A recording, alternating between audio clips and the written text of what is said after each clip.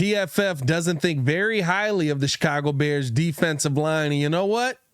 I have to agree with him a little bit. Let's talk about where the struggles are still on this defensive line heading into training camp and what the biggest change we need to see on that line will be. All that and more in today's episode of the Windy City Breeze Sports Talk Daily. Let's go.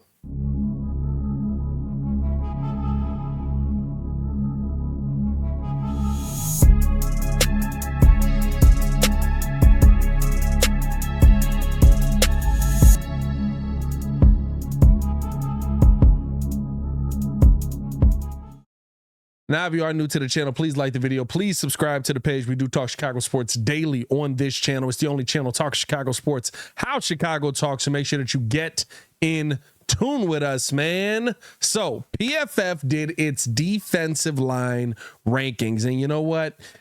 I can't even be mad at them on this one. They gave the Chicago Bears the 27th best defensive line in the NFL. They are behind the Jacksonville Jaguars, Miami Dolphins, New Orleans Saints, Los Angeles Rams, Los Angeles Chargers, Tennessee Titans, and Tampa Bay Buccaneers. And that's just in the 20s coming on this list. And what they had to say about this, again, what do you want to say that is a disagreement to this? I guess let me know in the comments below. They say Chicago's defensive line improved massively with the addition of Montez Sweat, who provided a real consistent source of pressure after the team traded for him at the deadline. Sweat tallied 64 quarterback pressures last season, but the Bears defensive line will be determined by the year 2 growth of defensive tackle Javon Dexter and Zach Pickens. Dexter flashed playmaking ability as a rookie, but the Bears need more from him in 2024. And listen, I can't disagree with this at all. I think that this is a pretty fair spot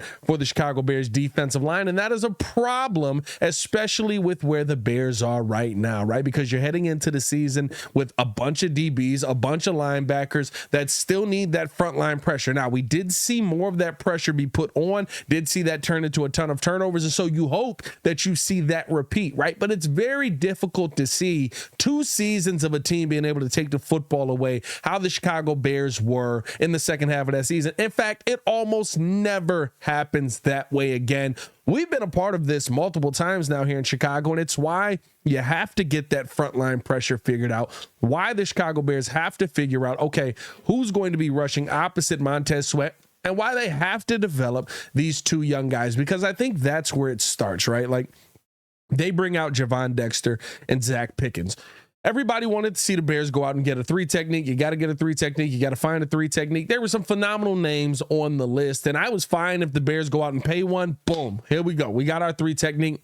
Let's attack. Let's figure this out now. But you didn't do that. Instead, you decided to continue to build with the 2 young players that you had, who both showed some flashes in that rookie season, and you're hoping that you see one of those 2 hit immediately and be able to start the season off the right way. The biggest name is Javon Dexter, your second-round pick from last season, who just didn't do enough early on in the season, but then as Montez got there, you started to see him improve. And the reason to me that he's the most important piece, and I'll say this, I think he's the most important piece to the 2024 season for the Chicago Bears. Like, to me, Javon Dexter, if he has let's say a middling or not even middling. No, I don't want to say middling.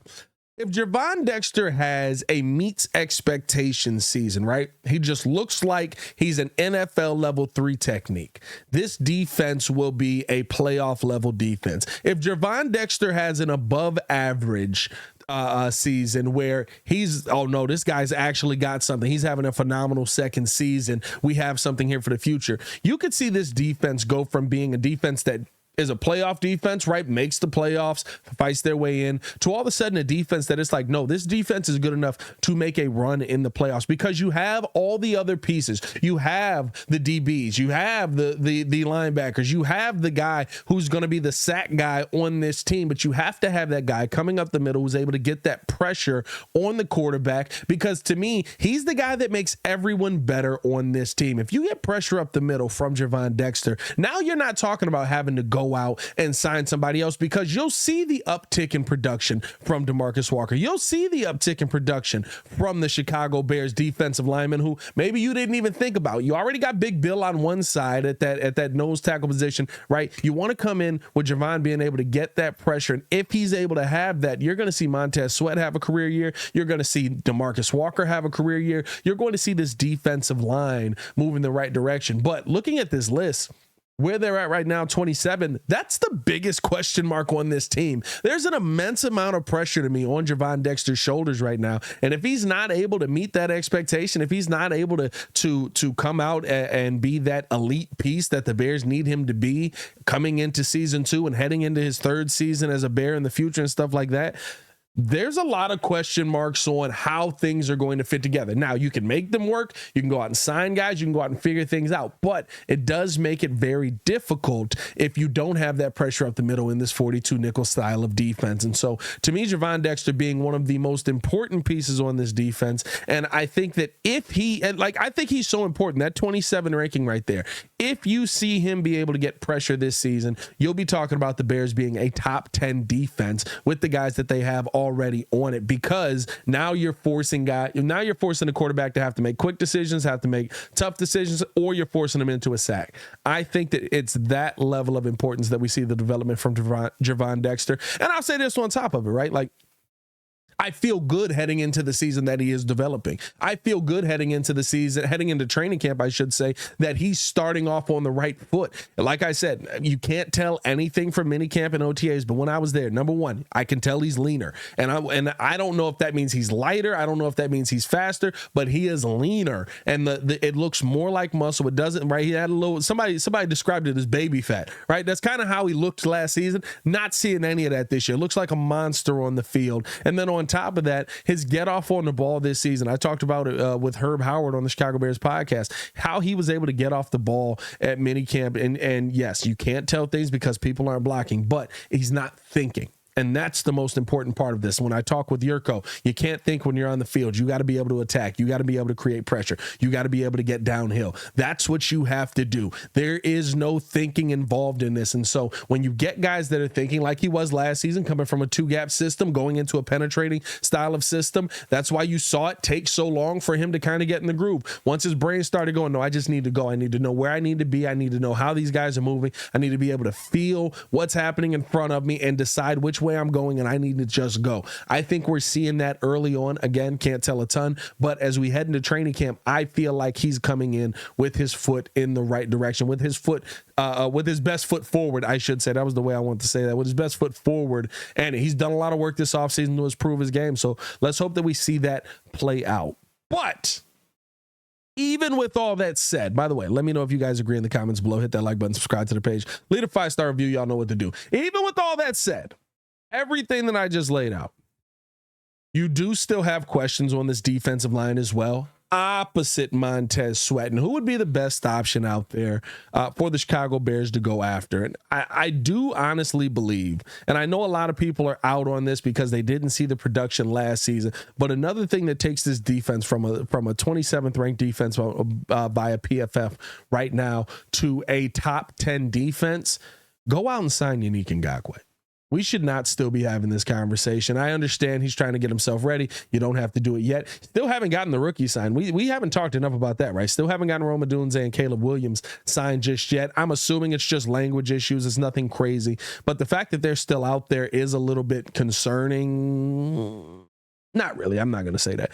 The fact that they're out there isn't concerning to me at all. I was going to say I don't know, like it's one of those things where it's like, all right, get it done, right? Like, but you know it's going to get done. He's the number 1 overall pick in the draft and the number 9 overall pick in the draft. You know it's going to get done. So I take that back. I'm not concerned at all by it. Like I'm anxious about it. Let's say it that way. I'm anxious about getting the deal done, not concerned about getting the deal done. But on top of all of that, right? Like, to me, going out and signing somebody opposite Montez Sweat, like Yannick Ngakoue, it boosts so much of the confidence that you have in this defensive line. One, because now you have DeMarcus Walker in a backup role where he's able to go out there and be the guy who can be interior on third down runs. He can be exterior on the third down if you're not in pass rush situations, right? You have a guy that has options. You have depth on your defensive line all of the sudden, right? And that's, to me, something that's very important, because now DeMarcus Walker, Austin Booker, you're creating depth on that line that you don't have right now. Right now, D-Walk, Montez, those are your edges. Austin Booker, here we go. Of course, there's going to be guys that can't, but you need to get those surefire guys. To me, Yannick Ngakoue is the best name for the Chicago Bears available. He knows the system already. He knows how to get after it. I'm not worried about the injury. I know that a lot of people are sitting there looking down on the signing, saying, you know, Yannick has not been good enough. He wasn't good enough last season. We paid him $10 million. I believe the Bears, right? We heard that the Bears are bargain shopping for a defensive end. I believe that Yannick Ngakoue is still on the bargain. I think that you're talking about him coming off of 2 seasons of having tough markets to go after. He's not going out there for the big money. He's not going out there for the massive money. I think you might even be able to get him signed to a little bit. Maybe you give him a little bit more, but it's a longer term deal, right? Maybe a 2-year deal, maybe a 3-year deal, something like that. Give him a home that he can be a part of for the foreseeable future, because he's still a young enough player that I would like to see him be able to continue to build with this. And last year was the anomaly year. He's been a 9-sack guy every season, and this is the first. Again, I said this about Montez, and I talked with Lance Briggs about this, and I'll say this about Yannick as well.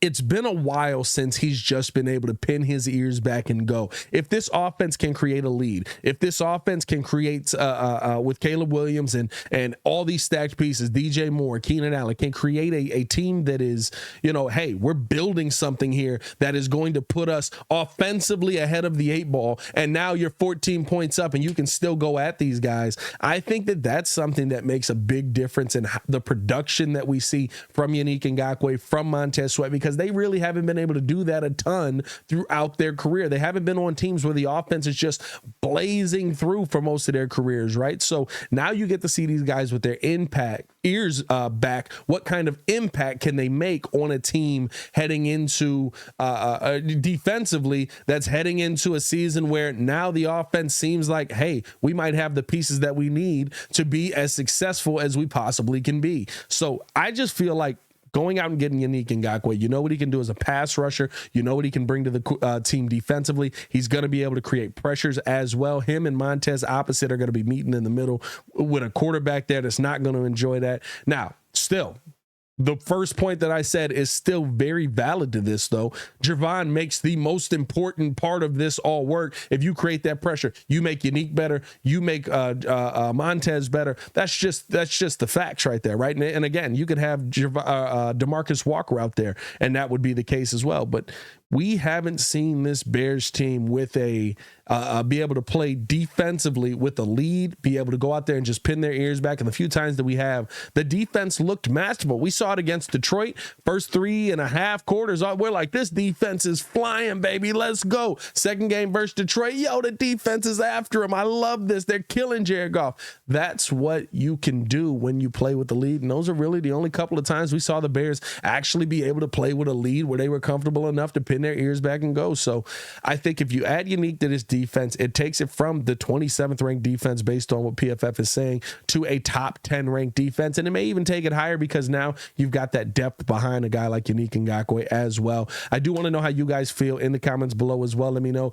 Do you think that Yannick Ngakoue is the best option for the Chicago Bears? It feels like there is this not a guarantee, but it feels like there's this comfortableness with him coming back within the organization, and there's probably a comfortableness on price point as well. We'll see what that ends up being, but I do want to know you guys' thoughts, man. Hey, as always, it's your boy Pat the Designer back at it again. Let me know all your thoughts in the comments below. On PFF ranking as 27th, do you agree? And should the Chicago Bears bring back Yannick Ngakoue? As always, man, y'all stay safe out there, Chicago. Bear down. One love. Peace.